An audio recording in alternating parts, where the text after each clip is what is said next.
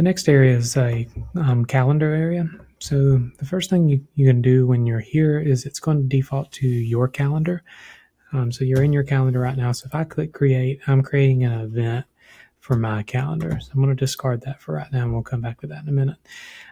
Over here on the left-hand side is where I can click around and click on dates and then get date. I can come to the top. I can change the way I look at it, my week, month, 4 days, agenda.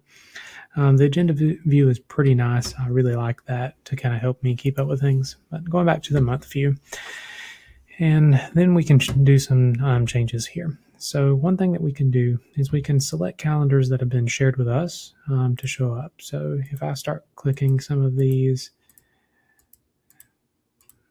I'm going to deselect these. So this is a calendar shared with me, and you'll see that theirs populates in that color. And we can always change that color. We can click here and we can change the color for ours and others. So my calendar here.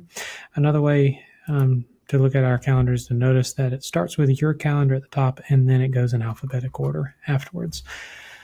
All right, so maybe you don't have the calendar you want. Maybe you want to search for it. So you can actually search for a coworker's calendar here. So if I start typing a name, you'll see names populate, people who are my contacts. So I can actually add their calendars if I don't have it. And these are the calendars that have been added. And I can always add these to my calendar list. So let's talk about creating an event. So after you've looked at your calendar, you understand how it's worked. I click on month. I'm going to click here. Click on this day. So one way to add an event is by clicking on the day, and then I can actually type in the event. That's the simple way. Another way you can do it is I can click create, and it's going to default on the day that I'm on, which is December 13th. So I can actually start titling my event. And then I can say, okay, this is actually an all-day event. It's going to take all day. And maybe it takes 2 days to do. So that's one way. Maybe it's not an all-day event. Maybe it's just for a particular time frame. And I can change those time frames there. I can also make this repeat.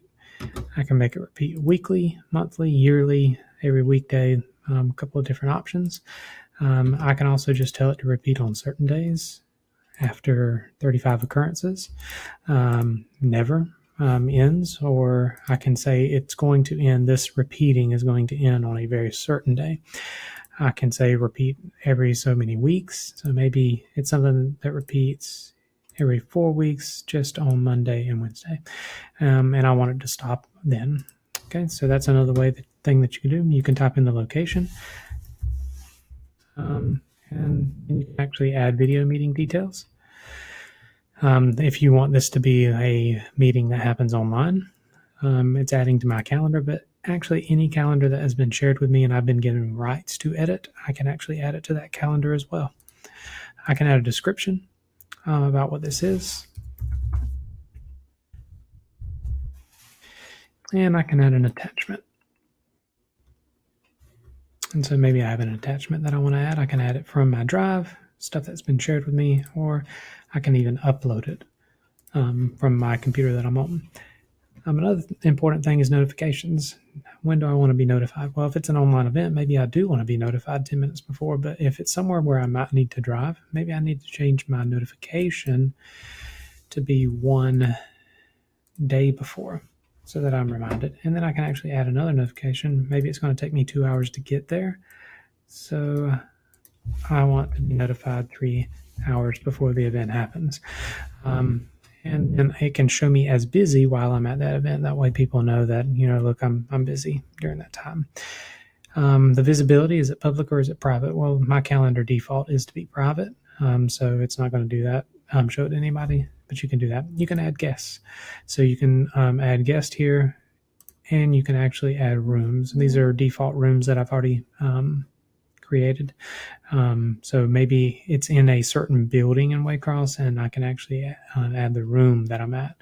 I can add guests just by typing their names, and then you'll see the names populate there. Or if I'm not a contact with them yet, I can type in their full email address, and then I can decide what the guests can do. Can they modify, invite others, or see guest list? Okay, so that's everything that you can do inside of the calendar.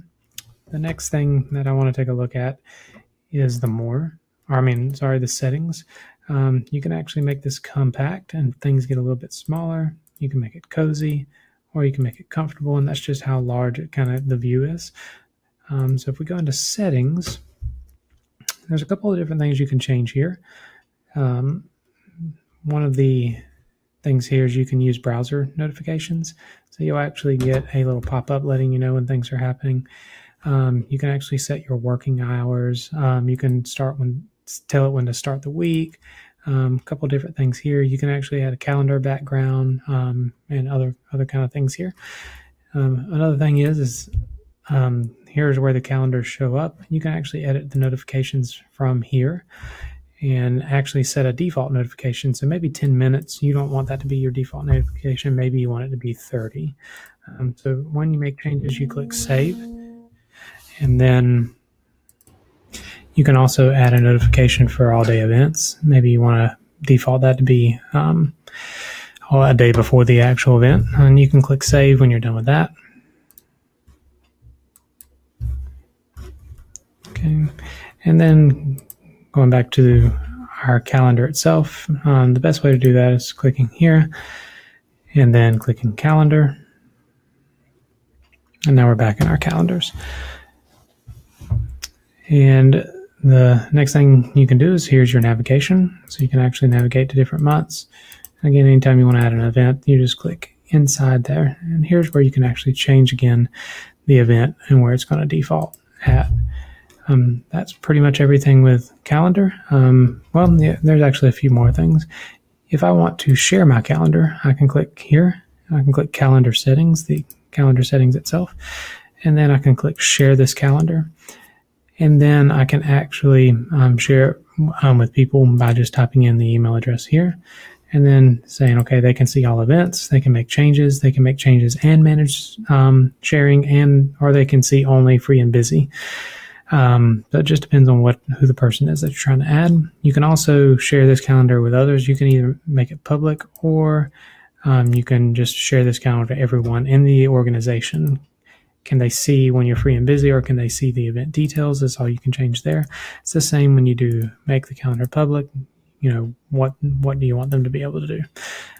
And you can always change, a particular person's permission settings. And you can also just delete the person off of that. And coming back to these calendar settings, you can do a couple of things here. You can actually export your calendar. You can delete all the events on your calendar. You can actually embed your calendar on a website. So you just copy this and you can use the embed code for your website. That is everything for your Google Calendar that you need to know for the Google Educator Test 1.